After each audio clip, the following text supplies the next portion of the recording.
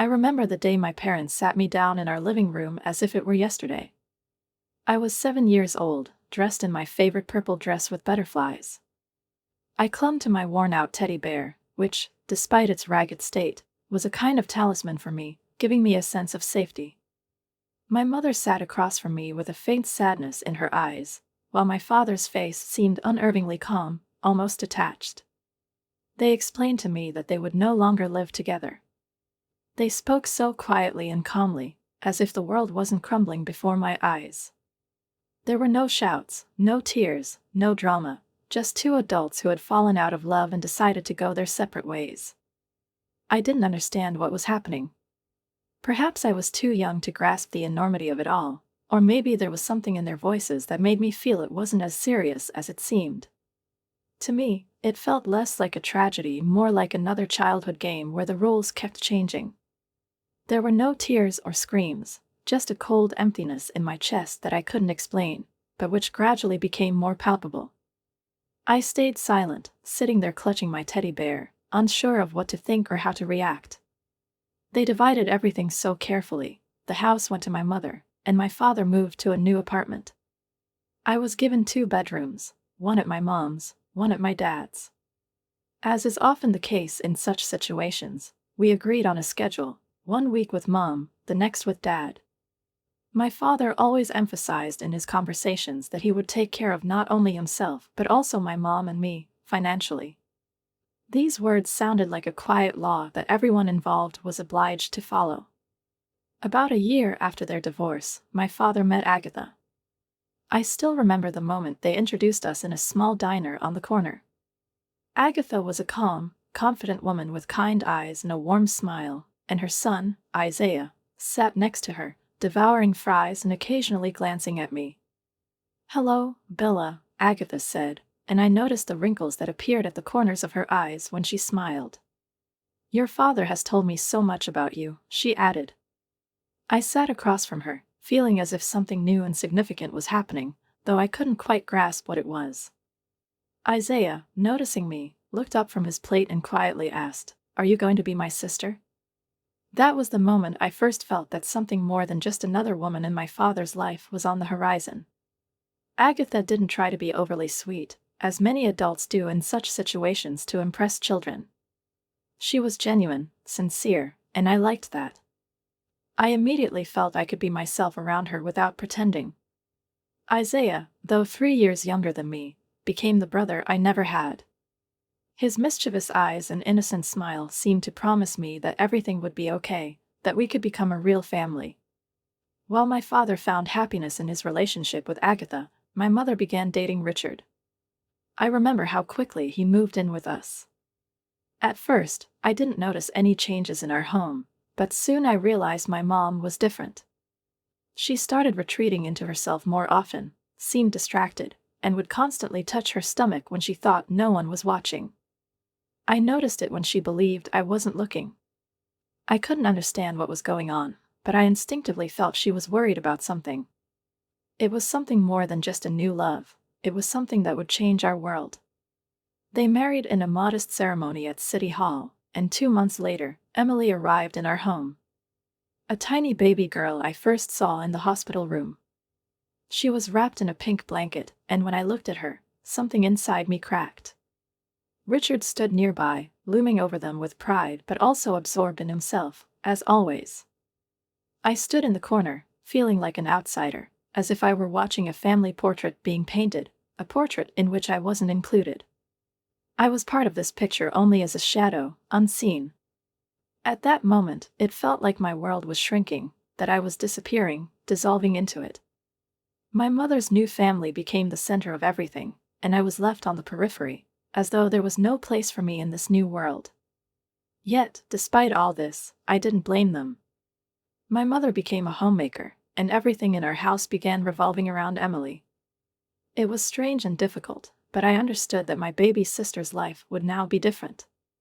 At first, I tried to convince myself it was normal. Of course, the youngest child needs more attention. But I also understood that in this process, I was slowly disappearing. Maybe I felt it was inevitable, that I couldn't be the center of attention in this new world where only the baby mattered. But despite all these changes, something inside me remained the same. As the months passed, I began to forget. At first, it was small things, the smell of my favorite cookies that used to fill the house every Sunday, or morning walks with Mom in the park, where she would always find time to talk to me about something important despite life's chaos.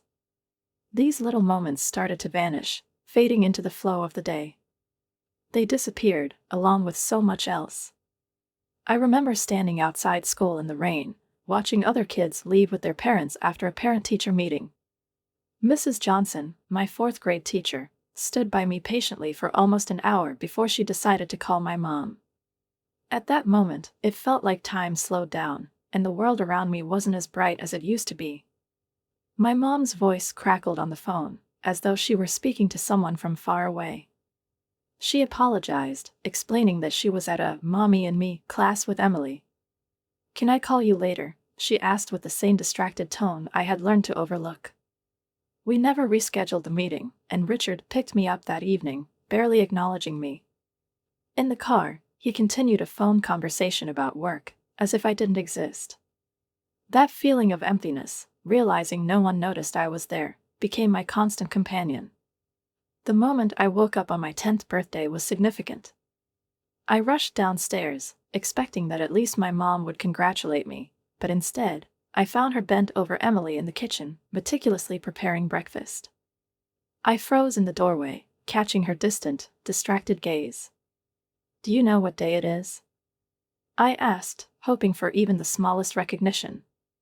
She looked through me, as if she didn't see me, and replied, "Oh, it's Tuesday. I need to take Emily to the doctor." My heart skipped a beat for a moment, but I held myself together. I tried to recall the times when Mom used to give me presents, when it was just the two of us, when we laughed and walked through life hand in hand. But now, she was there with Richard and Emily, and I was left on the sidelines. "But it's my birthday," I barely whispered. "Oh, Bella, I'm so sorry. We'll celebrate this weekend, okay?" But the weekend came and went, and no one mentioned it again. We never celebrated it the way we used to. I was once again left alone with my thoughts. It became easier to spend time at my dad's house. He was always present, and Agatha, a warm and caring woman, did everything to make me feel like part of their family. I could spend hours with Isaiah, playing video games, laughing, and telling him about my school adventures.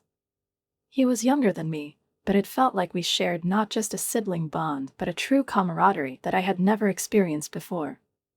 My dad was always there. He never missed a single school event, and every evening he sat with us for dinner while Agatha smiled and took photos of us, as if we were the only true joy in her life. My mom, on the other hand, seemed to dissolve into her new family. I became invisible in her life, like a shadow against the backdrop of their happiness. Emily demanded all her attention. Richard would come home from work and retreat into his home office, leaving us with Mom.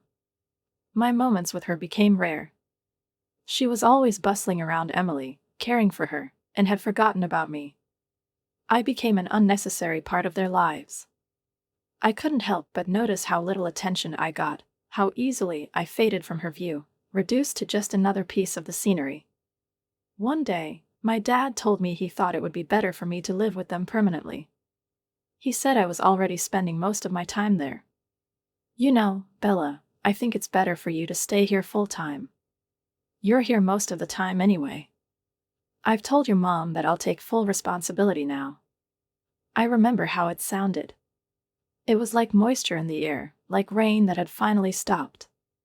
I didn't respond, but I felt something inside me take shape, as though an uneasy but necessary change was preparing to happen. A few hours later, my mom came to Dad's house. She looked worried and confused. She hugged me and said she had missed me so much. Her words sounded sincere, but I knew they were just words. She was trying to get me back, but I felt it was more about the child's support than love. I was merely a part of an agreement that needed to be restored. When Mom asked me to return and live with her part-time, I felt all my inner defenses snap into place. Child support was the reason for her desire to have me back. She could no longer hide that the financial aspect was the driving force behind her actions. Emily was older now, and she thought, wasn't needed as much as before. But I no longer expected to ever be part of that perfect picture.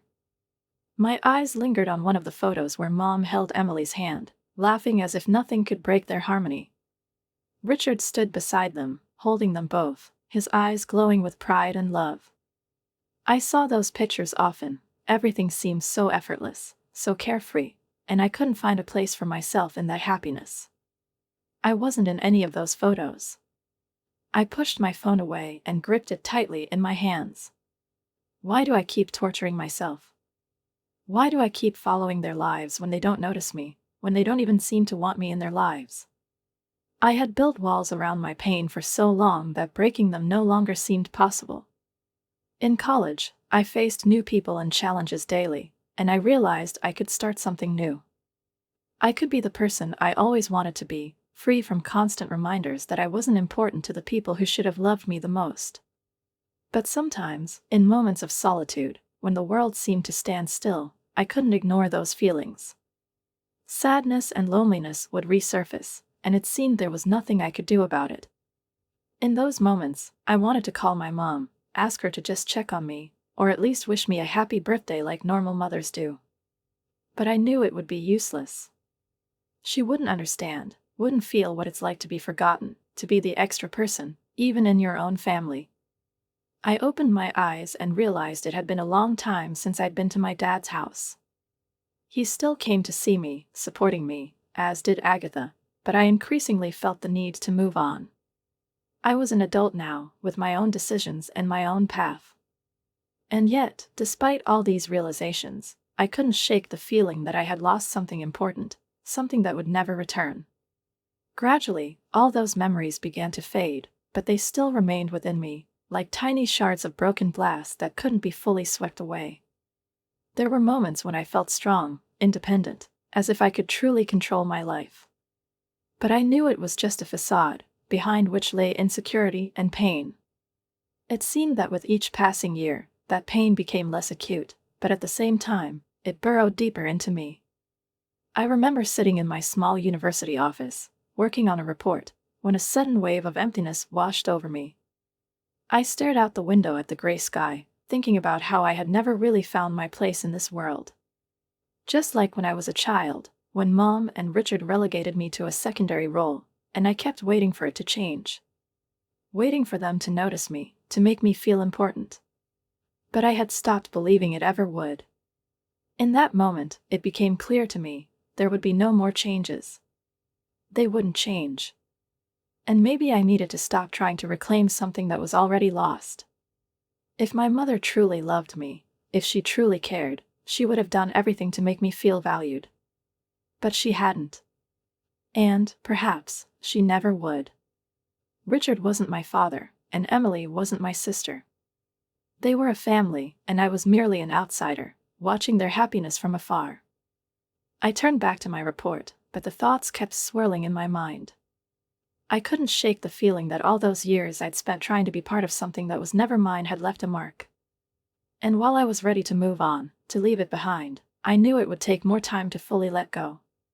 For a few seconds, I sat staring blankly at my phone screen, trying to process what was happening. My mom. My mother, who hadn't called me once in all these years, suddenly decided to reach out. Too late, too unexpected, and, to be honest, too suspicious. Thoughts began to race through my head, thoughts I immediately tried to dismiss, but they wouldn't let go. Why had she decided to call me now? Why now, when I had finally built a life for myself, when I had a career and a sense of self-worth? And now, just as I felt stable, she resurfaced, like a ghost from the past. I clenched my teeth, trying to control the emotions that instantly overwhelmed me. It wasn't so much joy that she remembered me, but more a longing to reclaim the lost years. Years of silence, stretched into a chasm. Silence that had seemed unbreakable. And now, she was calling, inviting me to dinner. Just like that. No explanations, no apologies. As if nothing had ever happened. I I'm not sure, Mom, I said softly, almost in a whisper, despite trying to make my voice steady. Why are you reaching out to me now? Her response came instantly, with a tone of concern that felt more theatrical than genuine. Bella, sweetheart, I've wanted to talk to you for so long, but I didn't know how. So much time has passed, and I was worried you wouldn't want to see us. But we've all missed you, truly. Emily's home, Richard is making his famous roast. You remember how much he loves to cook. I felt my heart clench. All those years when she and Richard had been too busy with their perfect life, while I stood on the sidelines, feeling like a forgotten piece of their flawless picture, and now she wanted to fix things. I couldn't understand what she wanted from me. It was too painful. The long-abandoned role of the daughter who was always an afterthought resurfaced, and I couldn't immediately find my place in this new situation. My fingers, gripping the phone, began to tremble. I took a deep breath, trying to calm myself. Why now? I couldn't help but ask, barely restraining my irritation. You haven't cared about my life all these years. Why now do you want me to come to dinner? There was silence on the other end, as if she hadn't expected such a reaction. I knew she wasn't used to me questioning her actions, but I couldn't hold back now. I understand that you're hurt, Bella, she finally said, her voice tinged with obvious regret. And I know I haven't been the mother I should have been for you. But it's important to me that you know I've realized my mistakes. I want us to start fresh. I let out a bitter laugh, feeling the cold doubt creep over me again. Are you serious? I asked, my voice growing more strained. After everything that's happened, you want to start fresh? Do you have any idea how many years I've lived with the thought that I didn't matter to you? And now you want me to just show up for dinner and pretend none of it ever happened? Silence again. I could imagine her confusion, her hesitation. Mom, who had always been so sure of herself, was now faced with the reality that I wouldn't play by her rules. Because I had learned to be independent, to build a life without her. Bella, I know you've been through so much, she finally continued. But I've changed too. And I want to try to be better for you. Just think about it, okay? We'll all be waiting for you. Her words stirred something in me, like threads snapping one by one. I didn't want to believe her. But at the same time, it hurt. Hurt that I had hidden my feelings for so many years, that I had never told her how hard it had been for me. Hurt that, despite all my independence, I was still the little girl who longed for her mother's love. But that love had been taken from me so long ago that it now felt impossibly distant. I'll think about it, I said slowly, placing the phone down on the table. But I'm not promising I'll come. The moment I ended the call, I felt my breath grow heavy. All the resolve, all the confidence I had built over the years, began to waver again. I wasn't ready for this. I wasn't ready for her attempts to make things right. I sat in my small office, feeling memories from the past resurface like a hesitant sprout breaking through cracks in concrete. It should have been so simple to leave it all behind, to return to my life, my work, but suddenly I felt a strange pull. A desire to go back. To return to where there had been family and, if only for a moment, feel that I mattered to someone. My hand reached for the phone, but I stopped before dialing the number. I didn't know what to say, didn't know what to do next. Curiosity got the better of me that Saturday as I pulled up to my old home. My new Mercedes gleamed in the sunlight, not particularly standing out among the other cars in the driveway, but for me, it was a symbol of the long road I had traveled alone, without anyone's help. Outwardly, nothing had changed, the same house, with its gray windows and old brickwork, where I had once felt like nothing more than a shadow. I looked around, breathing in the familiar scent, as if I had never left, but I had. I was no longer the girl who had left this place years ago. When I pressed the doorbell, it was Emily who opened the door. She looked me up and down, her curiosity barely concealed, but there was no warmth in her gaze. Just a cold, calculated observation. A standard greeting, one she had likely repeated countless times when someone returned to the family home. "Nice car," she said, as if that were the most important thing standing between us. I nodded, unsure of how to respond. What could I say? I hadn't expected anything different. So many years had passed, yet she remained the same, curious but indifferent in her own way. Inside, the house was unchanged, as though time had bypassed it. The same old couch, the same carpet that hadn't lost its color, the same family photos on the walls, none of which included me. In their perfect, self-contained reality, I remained invisible. Not a single portrait with my face, not a single snapshot of me sitting among them. We might have been in different worlds, but this room, this house, seemed like the same unchanging artifact from the past, frozen in time. Mom immediately rushed to embrace me, as if we had never been apart. Her voice was so gentle it felt like we had only just said goodbye yesterday, and now she was here again. But it was only an illusion. "Sweetheart, you look amazing." "So professional in that suit," she said, staring at me with a kind of wonder. She didn't even try to hide how surprised she was. I felt slightly uncomfortable at her enthusiasm. I was used to her indifference, her cold demeanor, but now that she was trying to mend our relationship, I couldn't shake the feeling that it was all too late. Richard, sitting at the table, pulled out a chair for me, nodding as if that were the most meaningful gesture in our exchange. "We've heard you're doing very well at Gaston's company," he said. "The family's Count Vane mentioned you're one of their top performers." I felt their attention suddenly fall on me, and it was both flattering and unsettling.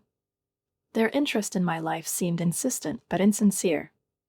It was interest in my success, not in me as a person. Dinner, as expected, turned into an interrogation. Questions about my job, my salary, my car, it all felt distant, like a conversation with strangers. Mom kept repeating how expensive everything had become lately, especially with Emily in college. My eyes involuntarily focused on her lips as she said, "What a beautiful watch." She reached for my wrist, unable to help herself. It was entirely unnatural, as if she simply didn't know how to talk to a daughter she hadn't seen in so long. "It was a birthday gift from Dad and Agatha," I said nonchalantly, but with a faint trace of bitterness in my voice. "Agatha, of course, too." Her smile tightened slightly, and I felt an overwhelming sense of discomfort at her playful tone, her mannerisms. "They always spoiled you," she said, clearly trying to create the illusion that her awareness, and her efforts, were genuine. But in reality, she was merely performing a role she thought she should play. With every word, Mom became less real, and the dinner turned into a ritual of false attempts to rebuild what likely wasn't worth rebuilding. It soon became clear that her renewed desire to be present in my life wasn't genuine. It was part of a superficial social game, a clumsy attempt to reclaim what had been lost without truly understanding that, for me, it was already a closed chapter.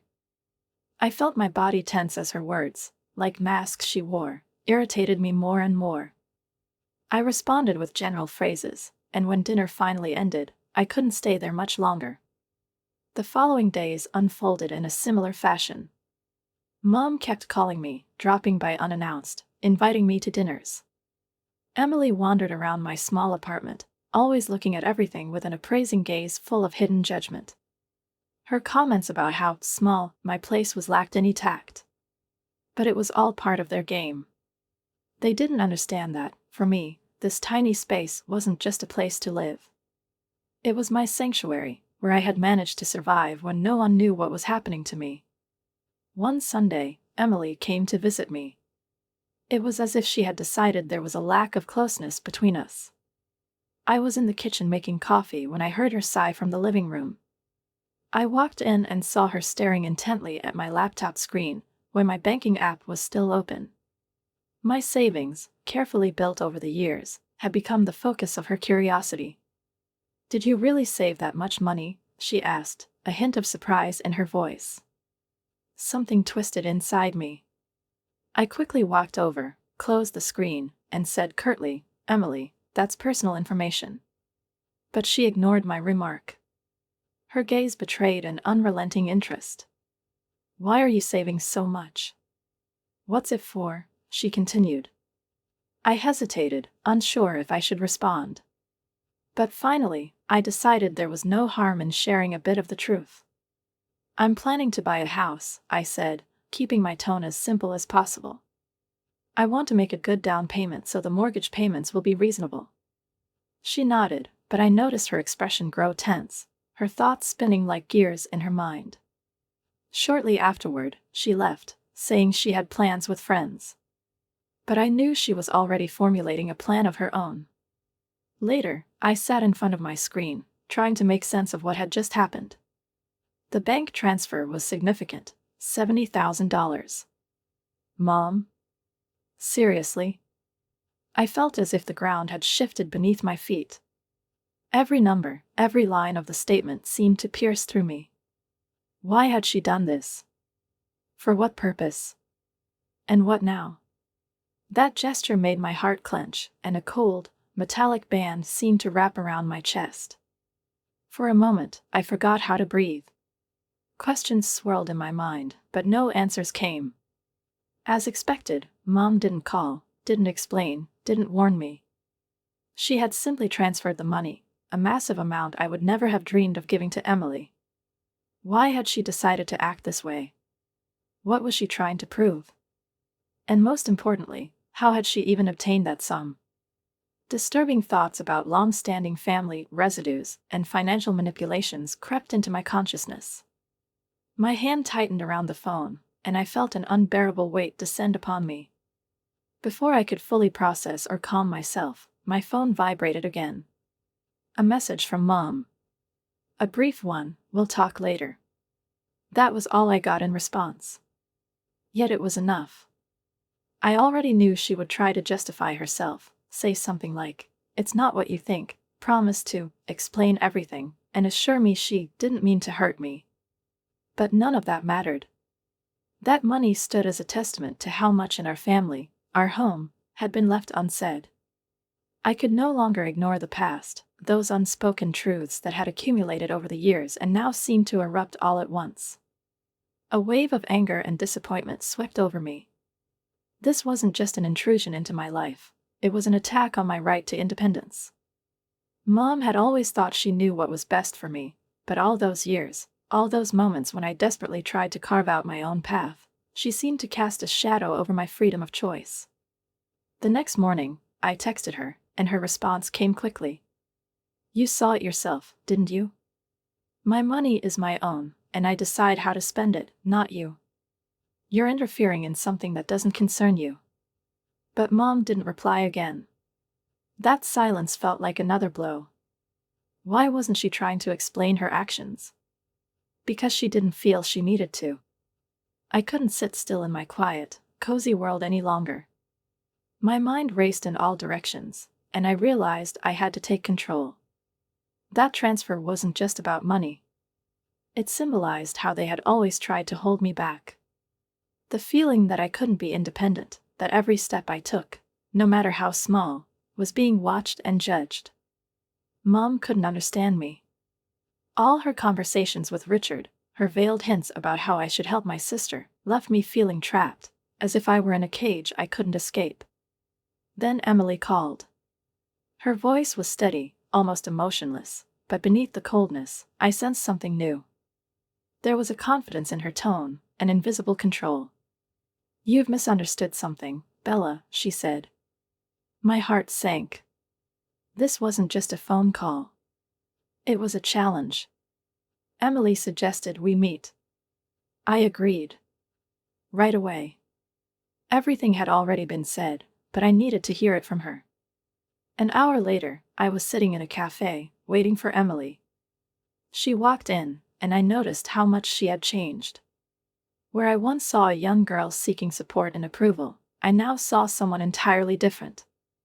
Confident, composed, almost defiant.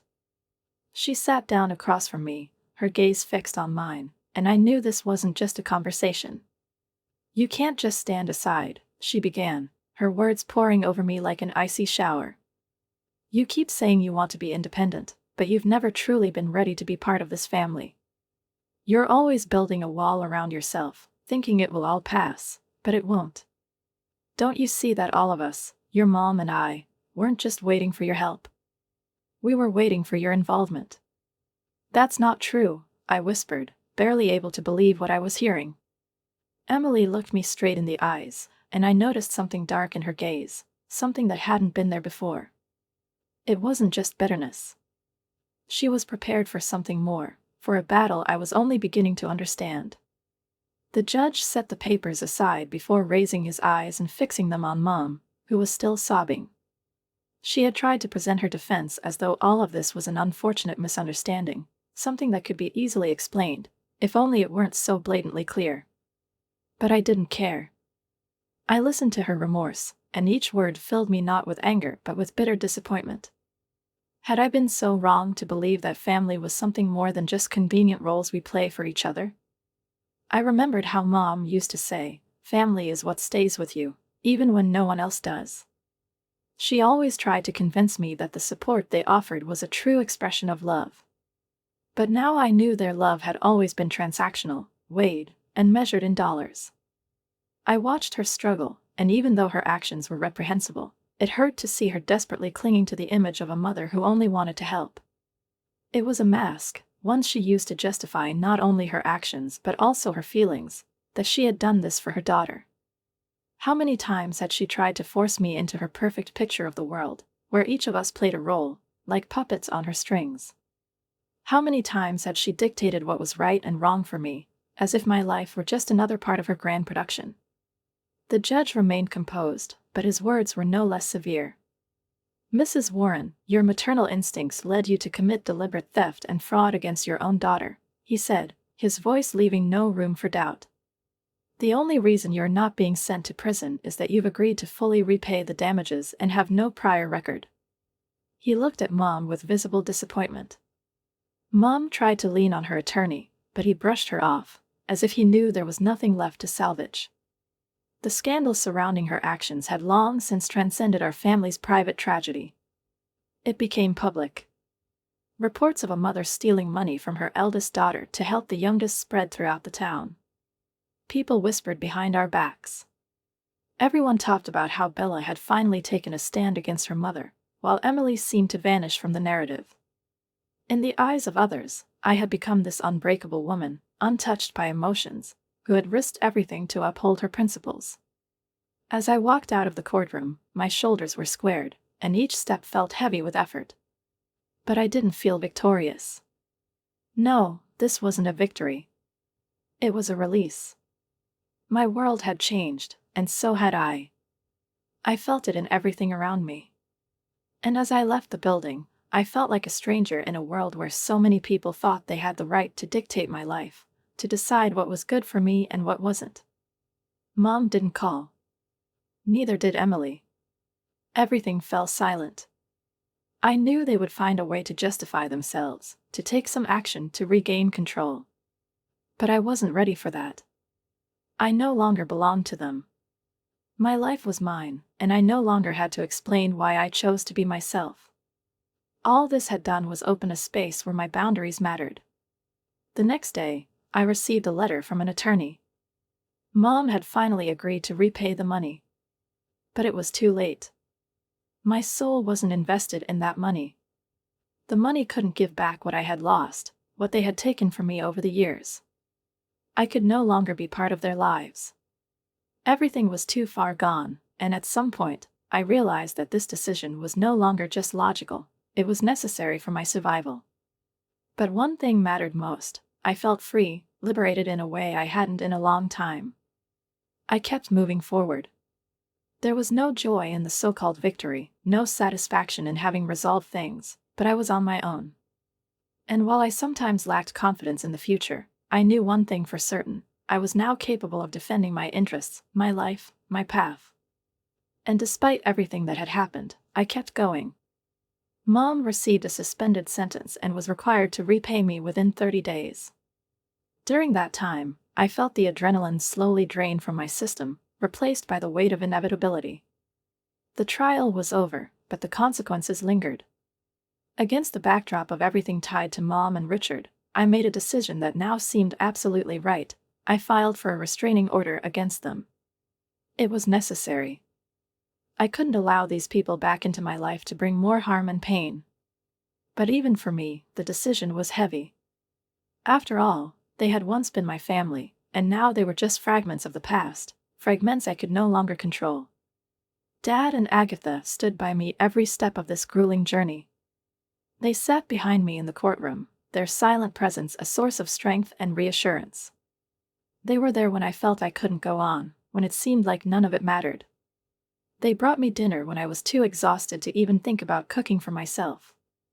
And yet, despite their support, I felt as if each minute pulled me deeper into this dark pit of emotions. But thanks to them, I endured. One day, as we sat in their cozy living room, Agatha noticed my silence and said, "I told you that letting your mom back into your life was the right thing to do." Her words hit me like a cold shower, forcing me to confront just how much I had lost in this fight. She looked into my eyes, and I saw no judgment there, only a deep understanding of what I had been through. We both knew it would have been much easier if I had just closed that chapter for good, but I had done things my way, trying to give them a chance, trying to reclaim relationships that once seemed so important to me. But I had learned one thing: relationships that bring only pain must be left behind. Isaiah, as always, tried to lighten the mood.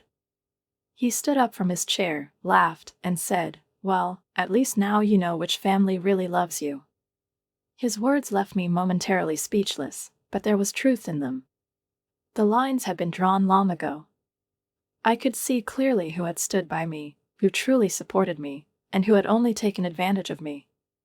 My real family was now as clear as day. It was Dad, Agatha, Isaiah, and even Gaston, who had shown me incredible support. In that moment, I realized that despite all the pain I had endured, I had stayed with the people who genuinely cared about me, not those who had expected something in return. 6 months had passed since I recovered my money. It had been returned to my account, this time with interest. I still couldn't believe how quickly everything had changed. My life was finally in my own hands. I had already started looking for a house, and I found one. It was a beautiful colonial-style home with 3 bedrooms and a large fenced yard, just 10 minutes away from Dad and Agatha's place. It was exactly how I'd imagined it: cozy, safe, and beautiful. The mortgage paperwork was already being processed, and I knew now that this wasn't just a dream. This time, I was ready to start a new chapter in my life. I was the only one with keys to this house. Mom, despite everything, hadn't stopped trying to reach out. Sometimes she contacted me through relatives or mutual acquaintances, claiming she had changed, that she was sorry, and that she wanted to make amends. She tried to manipulate my emotions, as always. But I was no longer the person who had once yearned to hear those words. I could no longer allow myself to be part of their world. I was no longer their resource. And now I understood that letting go of people who use you isn't just helpful, it's essential for your own peace of mind. Last night, I had dinner with my real family, the people who had always been there for me, the ones who made my struggles lighter. We sat around the dining table at Agatha and Dad's house, sharing jokes and making plans for my housewarming party. And in that moment, amidst the laughter and conversation, I suddenly realized a simple truth: sometimes, the family you choose becomes far more important and valuable than the one you're born into. I had endured years of toxic relationships, and now I knew that letting go wasn't a sign of weakness, it was a sign of strength. I had learned to let go. And that was the most important lesson of all. In 2 weeks, I'll be signing the papers for my new house. Dad has already started planning how he'll help me paint the walls, and Agatha keeps sending me links to furniture she thinks will fit perfectly in my future living room. I couldn't have asked for more caring, loving people to be by my side. This is what family means. It's the people who support you, who love you for who you are, and who never consider hurting you for their own benefit. As for Mom, Richard, and Emily, they can keep their perfect family photos and manipulative games. I have something better: a real family, a clear conscience, and a house with one set of keys.